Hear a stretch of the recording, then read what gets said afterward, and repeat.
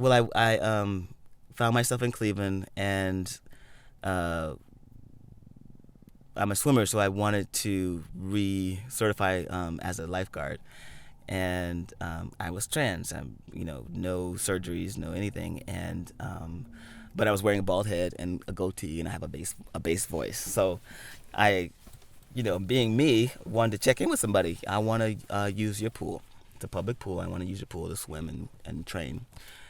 And the powers that be downtown, not necessarily in the building, but downtown, said that I could not use the men's locker room, that I had to use the female locker room. They'll clear it out for me. I'll go in while it's empty, change clothes, then they'll reopen the women's locker room for women. And I said to them, you've never met me, but I have a bald head and a goatee and a bass voice. How's this going to work? And they said, well, it's got to work because that's what we have. I mean, the other thing that we could do is we could have you change upstairs in a staff bathroom, and then take yourself in a swimsuit downstairs through the lobby and go into the pool. And I said, well, that's interesting. And rather than have another conversation with them, I just went to the pool and went to the men's locker room. However, I got stopped by the pool manager, who knew me when we were 20-something, and both lifeguards. And she really had it out for me. Wanted to try to control what I wore as a swimsuit, and I wore a triathlete swimsuit, and went so far as to say, you can't swim here in that suit. This is the kind of suit you're supposed to wear. And she pulled down her sweats to show me her female swimsuit. First of all, show me her ass in her female swimsuit, quote unquote. And her manager was there, and I didn't say anything. I just was like, she really did just pull down her sweats. Wow. So I think that could possibly be like sexual harassment, don't you think? So, and then my whole, like I say, my spirituality is fully intact. So given all of that, and given all that harassment, every time I had an encounter with them, my number one forefront of my mind thought was, I'm getting in that pool. This is about swimming, and about swimming. And I'm going to train at this pool, this public facility. And every time I got in that pool, I said, don't drown, because she's not going to come get you. You should never try to drown.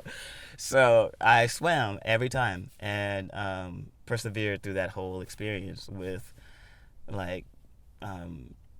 probably more like a gratitude that this was the only type of harassment I've ever had to face.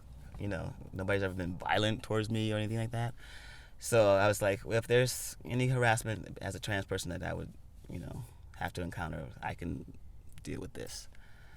So I went on to not use that facility, but train at a different facility with men instructors who never knew I was trans. And I got through the whole thing, got offered a job, and had to refuse that job because, again, the powers that be downtown, who are not on the forefront, not on the front lines of a swimming pool, didn't want me to be an out trans man, and didn't want me to use the men's facilities.